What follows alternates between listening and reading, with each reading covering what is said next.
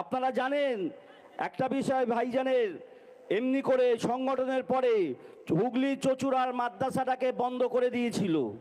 হুগলি চচুড়া মাদ্রাসা খোলার জন্য অনেকে প্রতিবাদ জানিয়েছিল, কিন্তু সে প্রতিবাদ করে আবার সে নেতা বিক্রি হয়ে যায়, প্রতিবাদ করে আবার নেতা বিক্রি হয়ে যায়। কিন্তু যখন আব্বাস সিদ্দিকী ভাইজান লাগলেন, ফুরফুরা আহলে সুন্নাতুল জামাত যখন লাগলো, ও জায়গায় প্রতিবাদ করে একদিন দুদিন তিন দিন মিটিংয়ে আমরা গিয়েছি।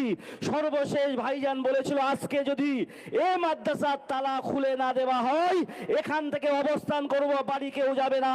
যদি পুলিশ গুলিও চালায়, লাঠিও চালায়, বুকে গুলি খাবো, কিন্তু আব্বাস সিদ্দিকী এখান থেকে ওইখানে ওই মাদ্রাসার তালা খুলে বাড়ি যাবে।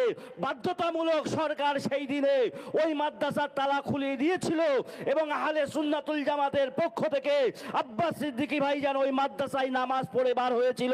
একটু জোরে বলা যাবে না সুবহানাল্লাহ?